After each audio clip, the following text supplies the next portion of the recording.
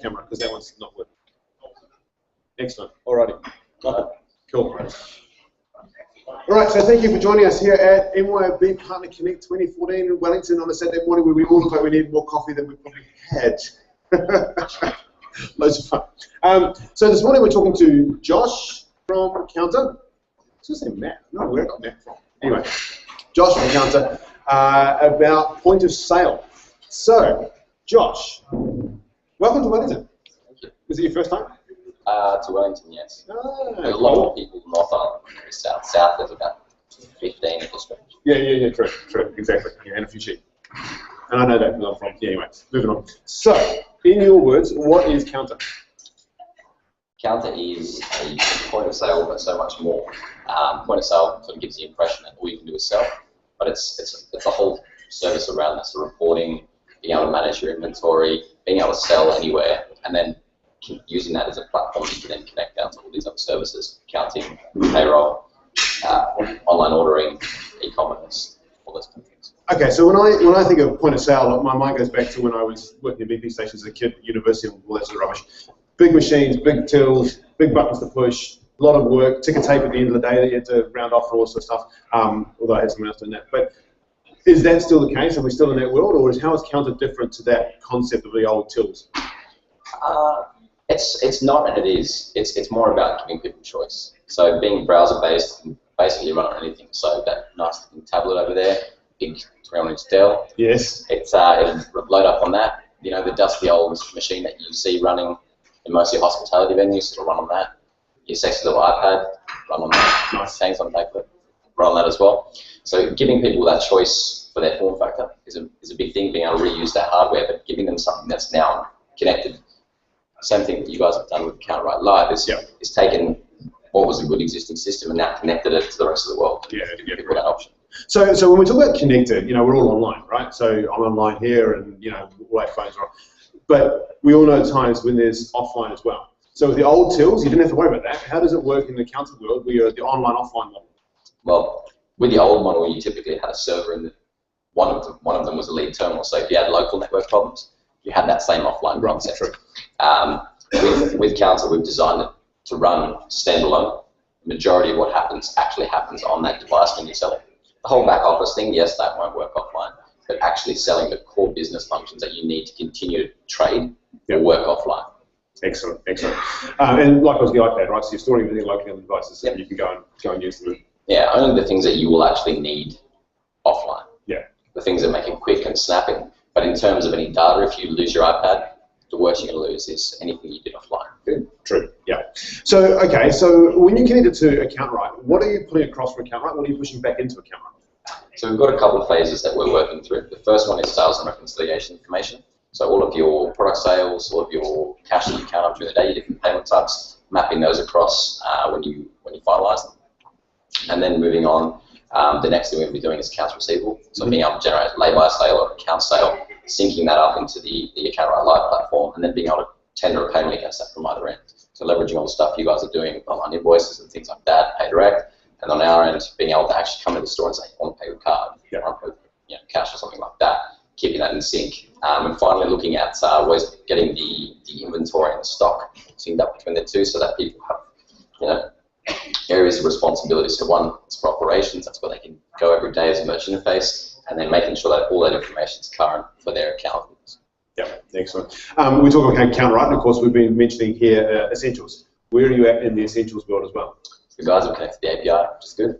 They've got authenticated, can start to make some calls, so that's pretty soon.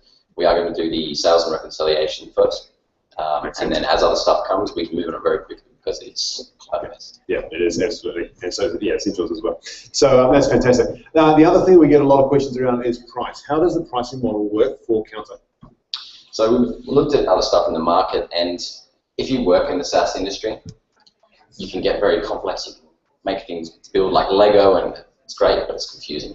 So we have basically one pricing model, which is $50 per register, and then you can just build on that. So if you've got one lane, $50, you keep adding and adding. That's it. Oh, sorry, per month. Yeah, there we go. Yeah. So if you have like a single lane store, it started at $50. Yeah. We've just had a client who's done their 18th register in 1B. Wow. So and now, okay, so when we're talking that though, are we talking over here you've got a cash drawer and everything else? Is that part of that, or do they have to bring their own hardware? How does that work? They can bring their own hardware. The pricing really just is about that sales screen. So the back office, you can get access unlimited to that. There's no charges for anything like that. There's no cap on products, which I think is something that a few people have run into with some of the other solutions out there. There's no cap on users. It's not time-based or anything like that. It's basically saying we're going to give you everything you need in that $50. All the add-ons are included in that as well. And you can turn those on. All the integrations are free, at least from our end. And it gives people something that they can go, all right, I understand the pricing model. It's going to scale nicely with my business as I get busier.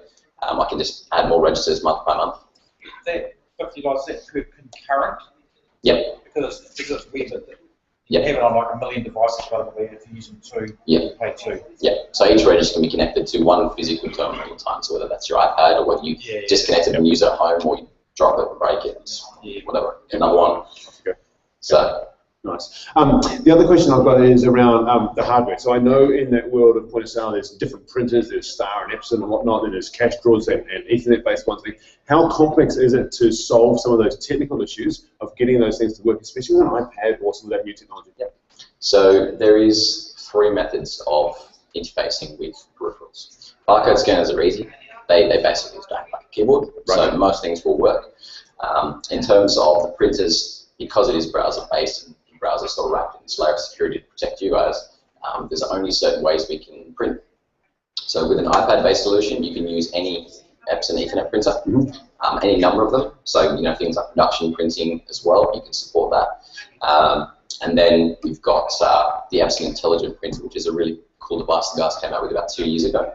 And that basically allows any device, any operating system to print directly from the browser like that. And that will actually then, one of those in a site can power other standard Epson printers. Right. So you only have to upgrade one. So we had a big chain here, got 8 venues, and they already had a whole bunch of Epson Ethernet printers. They just put one of these printers in each one, reused their existing Windows one, rolled out a 8-store pub chain for next to nothing.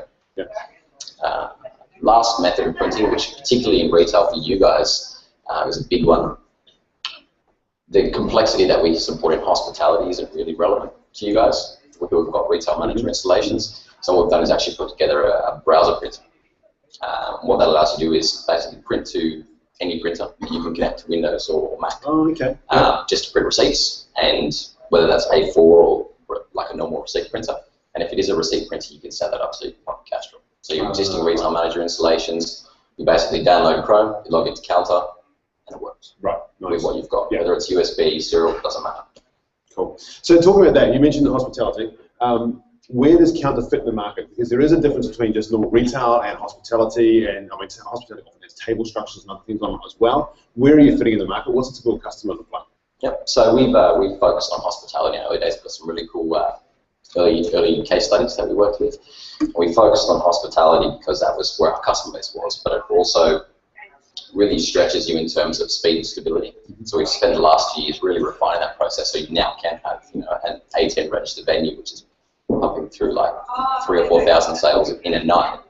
So now moving into retail, you can reuse that speed and stability, the ease of use, and just add those more retail-specific features, which the MYOB Kounta project, we did a whole bunch of work with some of the RMPs, we did a whole bunch of looking around in the industry and saying, okay, what else is the most important functionality that we don't have right now for the retail industry? So we've got a really nice roadmap, having things like lay-bys, serial number tracking, barcode printing, and some more reporting and things like that around stock. So that's lined up at the end of this year. Excellent.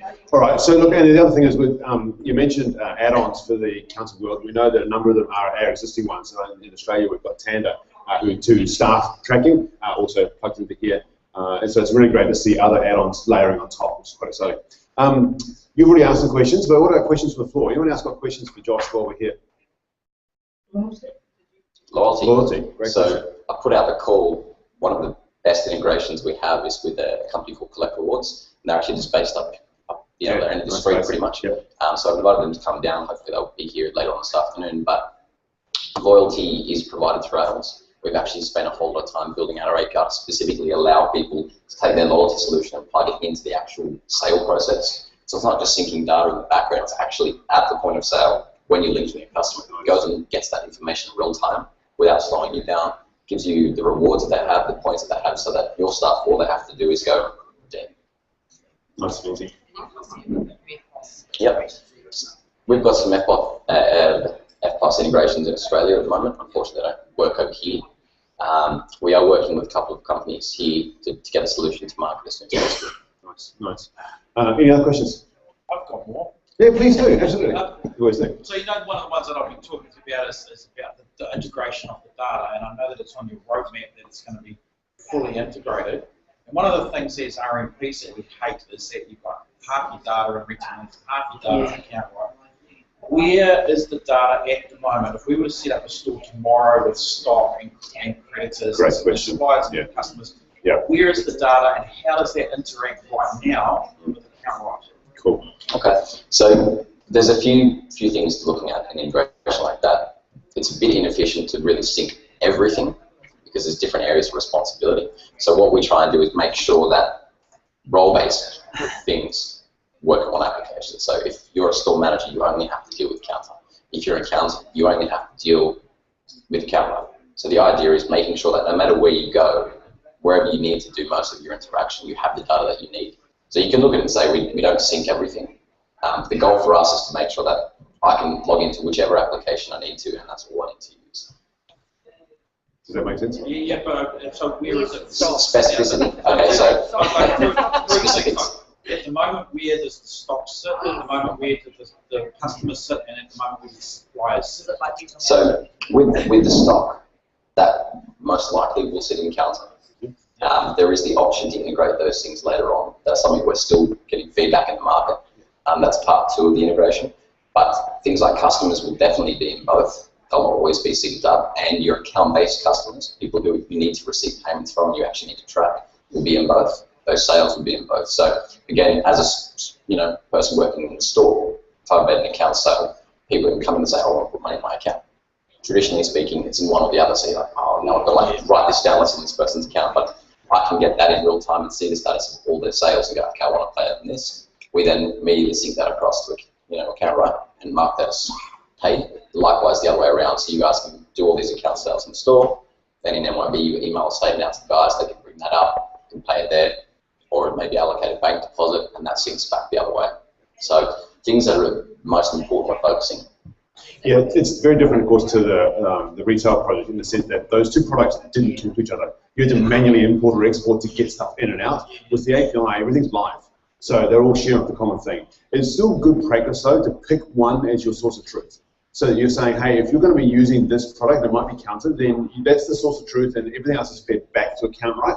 Especially when you start layering others like Tanda or someone else on top, you need to start working out as to where that single source of truth effectively is. But because you're all working off live APIs, they are all synced back and forth between them.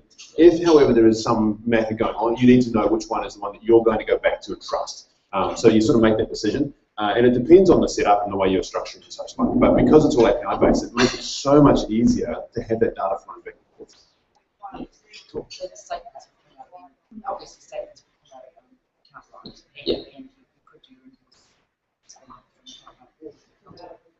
Yeah, so to speak. I mean, people will get a transaction invoice when it's generated from us, if you want to.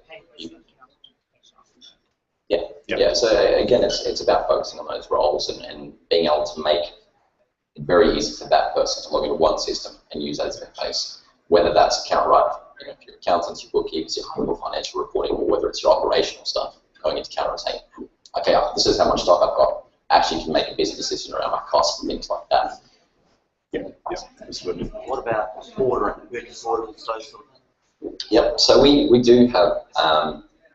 I call it basic. It's got a fair bit of functionality, but it's designed to allow people to generate purchase orders very easily, see what stock they have, send a purchase order out, and then receive that in, and that will dynamically update their cost price. Having said that, I call it basic because the guys are cooking the books. You look at their system, and it's beyond, it's well beyond what we do.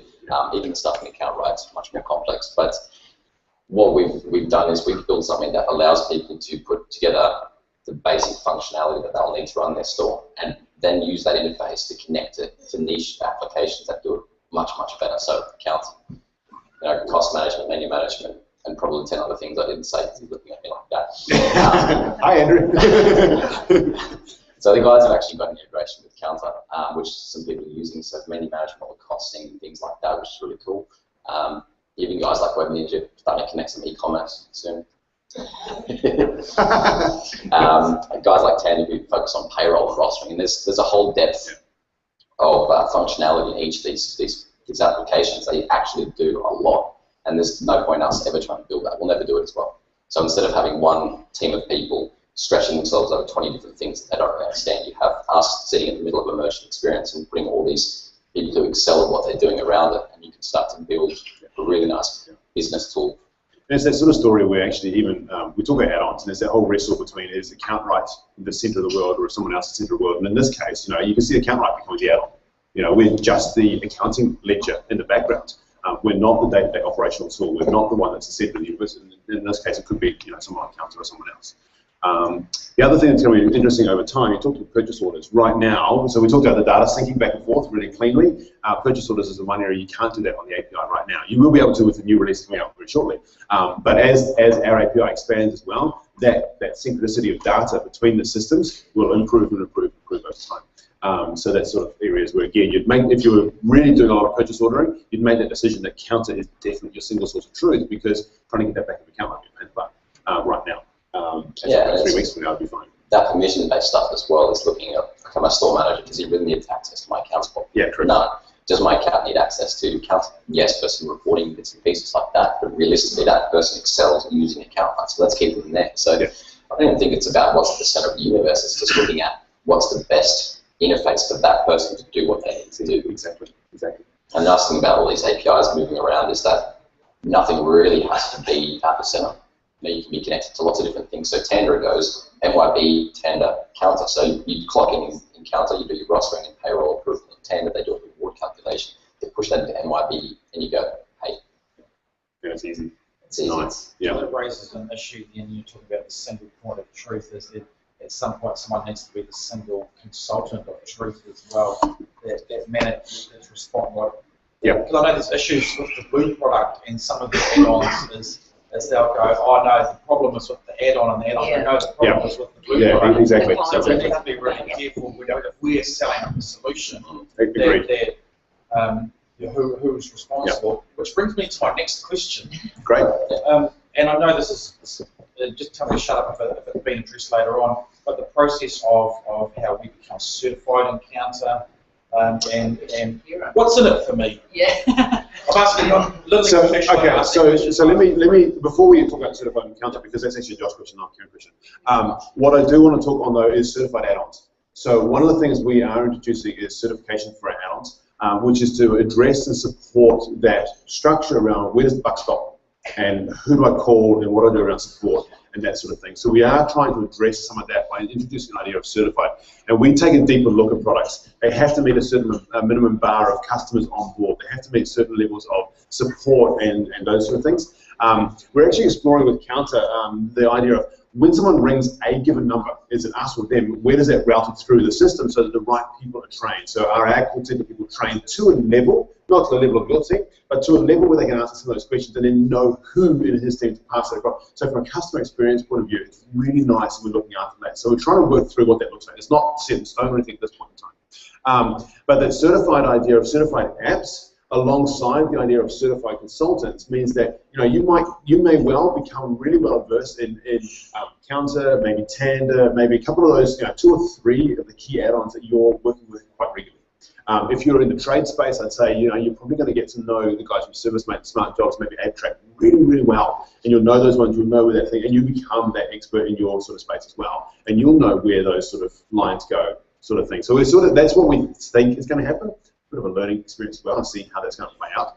But back to the question of how do these guys become certified in Kounta? I'll leave it to you. So what we've done, over the last few years we've been around, we've identified that partners are a massive component of what we do. People do come to us direct, they will come to MYB Kounta direct, but the idea behind that is that's just a funnel, and we actually then sift out the people who can sign up themselves, set up, whatever. They can do that. There's a small portion of those guys. But as part of the setup with it, we actually introduce them to our partners.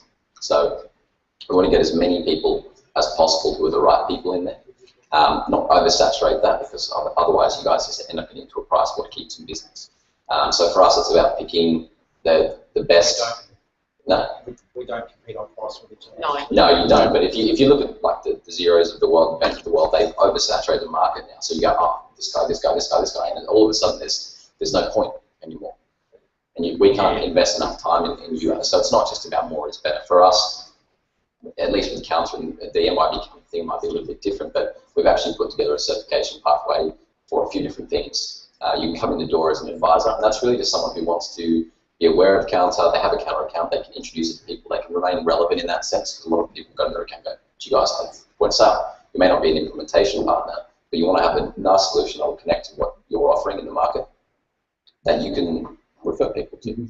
And we're happy we give out like a referral bonus for that. And then if you want to progress from there, you can become a specialist. And that takes a bit more time. You've got to run through a lot more functionality. We don't charge for it. I don't know what the story is going to be with MYOB Kounta, but I doubt that will be charged either. And that's about an 8-step process you can finish in a couple of days. The last thing we do is that all video based online, or is it face-to-face? It's through the Kounta portal. I won't go into too much detail with that, but the current process we've got basically goes through some multiple choice, tick off a few things, make sure you install the hardware, and then at the end do a video of some demo trade. And that really just gives us reassurance that you guys understand what you're doing. You're not going to get caught out quoting someone and then it's the wrong thing. And then at the end of that, there is a revenue share on it. But that's the Kounta model. The MYOB Kounta one, I think, is getting confirmed in time. Yeah, as I said, this by the end of the month. Okay, so by the end of the month, we'll have some plans here, and there's been some big discussions inside. So for those who don't know, Sarah is MYOB and looking after a lot more of this sort of stuff. Yep. There's been some big discussions around how we're looking at that. It's a real complex. Yeah. So our MPs were advocating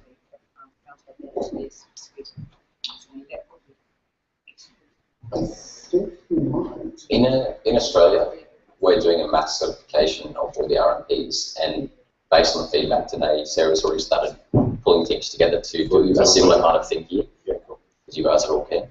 Yeah, good. Yeah, Definitely. yeah, it's part of our roadmap to get all of those RMPs and recertify them and saying, guys, this is the new solution you can push out that connects to all these accounting services. Surprise! Maybe you always know. Okay, cool. So we've got like a couple of minutes left. So are there any other questions for Josh while he's here? Otherwise, the Kounta stand is over here, and these guys would love to talk to you much more. We've got Go get the Dan. Sarah and Dan over there with the time to talk to Till. No, we'll just be going. We haven't started when we started now. Yeah, absolutely. We've been staff for a retail You have solution been. for You such a absolutely long have time. been. Yeah. When are we launching? October. So pilot to partners in October. So you've got a list just And signed then up. from there, yep. Talk to Sarah. She'll take names and blood and samples and everything else and get you all lined up. All of that.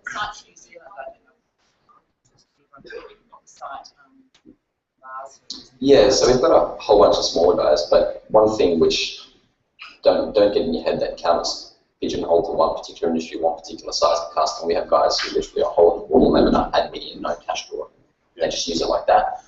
We have massive venues. We've got 18 registers in a venue, and then here in New Zealand, if you need some reference sites, point at the Frenzy Group. So they have guys like De Post in the Paddington, Defontaine, Pogma Homes. They've got a few sites in Queenstown, a few sites in Christchurch. So they're a really well-established brand over here. They've got a soon. But yeah, and there's a really good add-on community here. We actually have a few add-ons from New Zealand. So we're trying to get the collective guys here. They're actually just based on the road. So if we get them, I reckon, come around later on. Cool. Definitely. Alrighty, well, thank you very much for joining us. I think good to have Josh here and unpack that a little bit and explore it. So the team are here, and as I mentioned, hopefully we'll have the other guys drop down later on this afternoon to talk about rewards and loyalty, that sort of things. But watch this space. It's going to be some really cool stuff happening over the next little while. So, awesome. Thanks, guys. All right. Well, thank you very much.